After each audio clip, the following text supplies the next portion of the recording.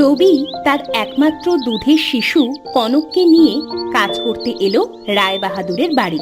বিশাল বাড়ির দেখাশুনো মালির কাজ একাই সে প্রায় করে ফেলতো। পরিবর্তে পেত থাকা খাওয়া আর বছরে কিছু জামা কাপড়। কিন্তু একদিন ঘরে বিপদ। রায়বাহাদুর শয্যাশায়ী হলেন।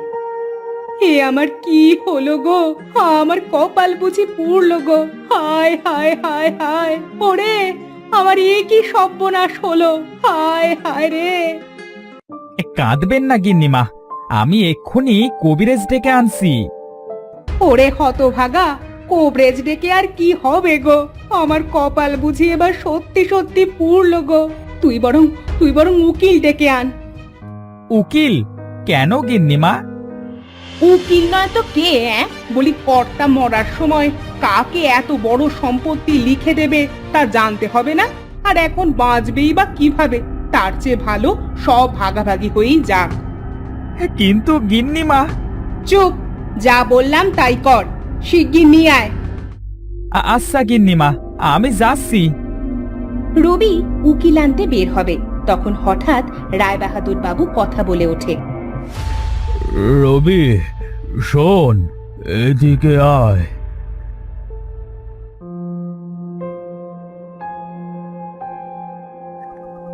আমার আমার সব সম্পত্তির মালিক আমি কনক মাকে করে গেলাম, সেই হবে আমার সব সম্পত্তির মালকিন। এই বলেই রায়বাহাদুর সাথে সাথে মারা গেলেন। রবি মনে মনে ভয় পেয়ে গেল, আর গিন্নিমা গেলেন বেজায় চোটে। হুঙ্কার দিয়ে বললেন, ওরে বিজয় রে, এ বুড়ো এ কি করে গেল রে? আমার আপন ছেলে বউ থাকতে এ কিনা চাকর আর তার এই মেয়েকে সব সম্পত্তি লিখে দেয়। এই কনক, কি জল পড়া খাইয়েছিস বল তো তাড়াতাড়ি। আমি গিন্নিমা, আমি তো কিছুই জানি না, কর্তা বাবু আমাকে কিছুই বলেননি এ ব্যাপারে। আমি কিছুই জানি না গিন্নিমা। জানিস না মানে? তুই আর তোর বাপ আজ এক্ষুনি আমার বাড়ি থেকে বেরো, বেরো বলছি। হে গিন্নিমা, আমরা এত বছর এ বাড়িতে কাজ করছি, আর আজ আপনি আমাদের তাড়িয়ে দেবেন গিন্নিমা? আমার কনকটাকে কোলে নিয়ে এসেছিলাম এ বাড়িতে, এটাই যে আমাদের আশ্রয় গিন্নিমা। ওসব আমি কিচ্ছু শুনবো নে। আমার সব সম্পত্তি তোর মেয়ের নামে করতে বলে গেছে এই বুড়ো। ওসব আমার কিচ্ছু লাগবে না গিন্নিমা, দয়া করে আমায় তাড়াবেন না। এসব শুনে পাশ থেকে জনাতিনেক লোক বলে উঠল, এসব কি বলছেন আপনি কর্তাগিন্নি? রায়বাহাদুর সাহেব তো এই মেয়েকে নিজের ছেলের বউ বানাতে চেয়েছিলেন। আরে হ্যাঁ হ্যাঁ, আমরাও সে কথা জানি, এটাই তার শেষ ইচ্ছে ছিল। কি ওই আকাট মুক্কু মেয়েটা হবে আমার ছেলের বউ? বাবা বিজয়, দেখ দেখ কি বলছে ওরা। মা, ওরা ঠিকই বলেছে। বাবা আমায় গতকাল রাতে ডেকে পাঠিয়েছিলেন, আমায় তিনি তার শেষ এই ইচ্ছে জানান। বাবার শেষ ইচ্ছে আমি রাখবই, তুমি বাধা দিলেও শুনতে পারবো না মা।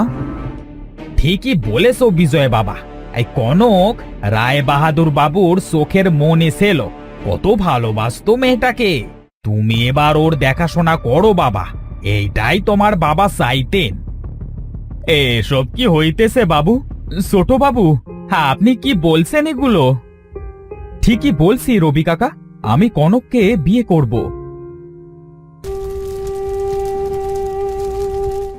বাবার অন্তিম কাজ শেষ করে বিজয় মায়ের অমতে বিয়ে করলো কনককে। সবাই খুশি থাকলেও রায়বাহাদুরের স্ত্রী মনে মনে কনককে একেবারের জন্য সরিয়ে দিতে চাইল দুনিয়া থেকে। এমনই একদিন কনক রান্নাঘরে রান্না করছে, পেছন থেকে ধীর পায়ে ঘরে এলো গিন্নিমা। আমার অমতে আমার ছেলেকে বিয়ে, আবার আমার সম্মতি নিয়ে নিজে মালকিন সাজা। দাঁড়া, আজ তোকে আমি পুড়িয়ে মারব।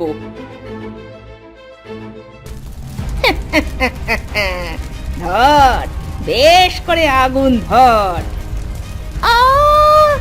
বাঁচাও বাঁচাও, কে আছো? বাঁচাও, আমি যে পুড়ে যাব, আমার শাড়িতে আগুন! বিজয়, তুমি কোথায়? বিজয়, বাঁচাও! ডাক শুনে তড়িঘড়ি বিজয় এসে দেখে কনকের শাড়িতে আগুন। এক ঘটি জল ছিটিয়ে আগুন নেভাতে যাবে এমন সময় আগুন আশ্চর্যভাবে একাই নিভে গেল। হে কি, আগুন একা একা নিভে গেল কিভাবে? কি ভয়ানক আগুন লেগেছিল! আমি তো ভেবেছিলাম আমি বুঝি মরেই যাব। কিন্তু আগুন লাগলো কিভাবে? আর মা, তুমি এখানে দাঁড়িয়ে আছো চুপ করে, অথচ কনকের শাড়িতে আগুন নেভানোর চেষ্টা করছিলে না? আমি তো নেভাতে যাব, তখনই তো তুই। মিথ্যে, সব মিথ্যে। কে কে কথা বলে?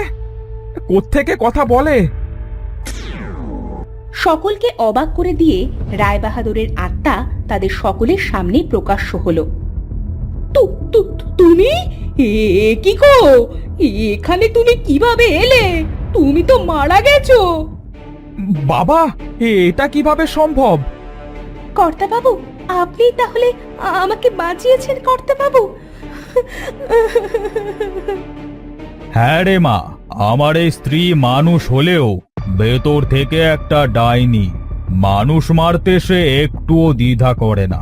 তোদের ওর হাতে একা সেরে যেতে মন মানল না, তাই আড়ালে সব বিপদ থেকে রক্ষা করতাম। বিপদ? কি বলছো তুমি এসব বাবা? আমি তো কিছুই বুঝতে পারছি না। শোনো তবে কি হয়েছিল আজ থেকে 21 বছর আগে। কি খবর বন্ধু, কেমন আছো? ওমা, এই রমেশ বন্ধু যে, এতদিন পর! আরে এসো এসো এসো। আরে বৌদিও আছেন দেখছি। আরে আসুন আসুন আসুন। ওগো গিন্নি, তাড়াতাড়ি এসে দেখে যাও কারা এসেছে। আমার সেই বাল্যকালের বন্ধু রমেশ আর তার স্ত্রী বেলি বৌদি। এসো এসো। ও মা, আসুন আসুন, বসুন। তা কোনো খবর না দিয়ে হঠাৎ এলি যে বন্ধু? কোনো বিপদ টিপদ নাকি? হ্যাঁ? তা একটু বিপদই বটে।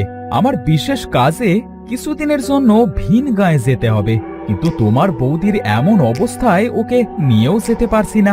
ভাবলাম এ গায়ে তো বন্ধু জমিদার রায় বাহাদুর আছে, তার শরণাপন্ন হই। তা বেশ করেছো বন্ধু। বৌদি, আপনার কোনো অযত্ন হবে না এখানে, আমার স্ত্রী তো আছেই। বাঁচালে ভাই, বেশ দুশ্চিন্তায় পড়ছিলাম। তবে এখন উঠি বন্ধু, আমায় আবার রওনা দিতে হবে। সে কি, এখনই চলে যাবে? যেতে হবে বন্ধু, বেশ দূরের পথ। এখনই না বেরোলে রাত হয়ে যাবে পৌঁছাতে। বেশ বন্ধু, তবে বেরিয়ে পড়ো।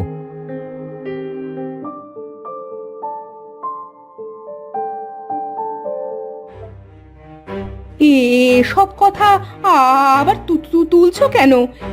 এর সাথে কনকের কি সম্পর্ক? আছে, সম্পর্ক আছে।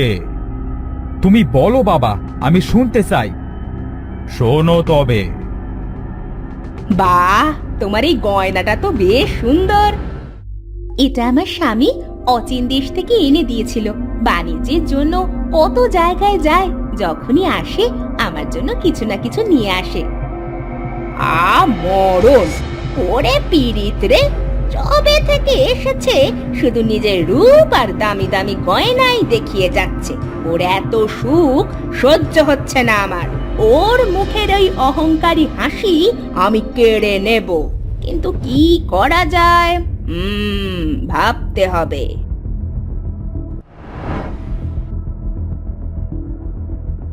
কদিন পর বেলির প্রসব যন্ত্রণা উঠল, আর রায়বাহাদুরের স্ত্রীও সুযোগ পেয়ে গেল বেলির মুখের হাসি কেড়ে নেওয়ার। মেয়ে হয়েছে, তোদের এই সুখ আমি আজই ভেঙে দেব। এই মেয়েকে আমি জলে ভাসিয়ে দেব। যাই, এটাকে তুলে নদীর পাড়ে যাই, কিন্তু কেউ দেখে ফেলার আগেই।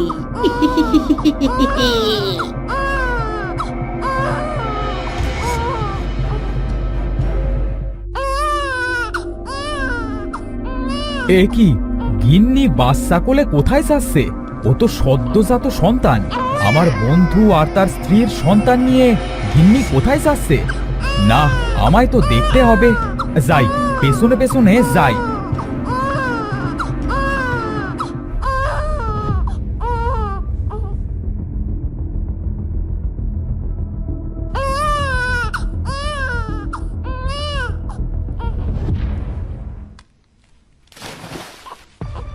এবার এটাকে ভাসিয়ে দিলাম, যাই এবার ঘরে ফিরে যাই। হায় হায় গিন্নি, তুমি কি করলে? না, এটা আমি মেনে নেব না। যেহেতু তুমি আমার স্ত্রী, তাই সকলের সামনে তোমার অপরাধ আমি প্রকাশ করব না। কিন্তু ওই সন্তানই হবে আমার এই জমিদারির মালিক। এটাই হবে আমার প্রায়শ্চিত্ত। সব তুমি কি বলছো? চুপ! আর একটা কথাও বলবে না তুমি। বাবা, আমি যদি ভুল না হই, তবে কি সেই নবজাতক সন্তানই হলো? হ্যাঁ বাবা, সেই নবজাতক ফুটফুটে মেয়েটা আজ আমার বৌমা। কনকই সেই মেয়ে যাকে আমি রবির মাধ্যমে উদ্ধার করি আর কিছুদিন পর আমারই বাড়িতে ছদ্মবেশে রাখি। সেদিন বৌঠান পাগলের মতো কেঁদেছিল, কিন্তু আমার কিছু করার ছিল না। শেষে একটা দুর্ঘটনায় বৌঠান আর আমার বন্ধু রমেশ মারা যায়। এরপর আমি ঠিক করি ভবিষ্যতে কনকই হবে আমার পুত্রবধূ। এসব আপনি কি বলছেন বাবা? ঠিকই বলছি রে মা। সেদিনের মতো আজও এই পিশাচিনী তোর শাড়িতে আগুন দিয়ে মারবার চেষ্টা করতেই আমি সেটা থেকে তোকে বাঁচাই। সীমা, একটা নবজাতক শিশুকে তুমি হত্যা করতে গিয়েছিলে শুধুমাত্র নিজের মনে আনন্দ পাওয়ার জন্য? আজ আমার ঘেন্না হচ্ছে তোমাকে মা বলে ডাকতে। না বাবা, শোন শোন একবার, আমি এসব কিছুই করিনি। তোর বাবা মিথ্যা। থাক, তোমায় আর শাক দিয়ে মাছ ঢাকতে হবে না। তোমার শাস্তি এবার আমি দেব। রায়বাহাদুর তার স্ত্রীর গায়ে আগুন লাগিয়ে দিল। প্রচন্ড চিৎকারে অবশেষে সে মারা গেল। কি কি কি করছো তুমি? ওগো, তুমি কি করছো? না না, আমায় ক্ষমা করো। ক্ষমা এই রায়বাহাদুর একবারই করে। আজ তোমায় মরতে হবে। না না না না! এবার তোরা সুখে থাক বাবা। আমায় ক্ষমা করিস কনক মা। আমি এবার আসি।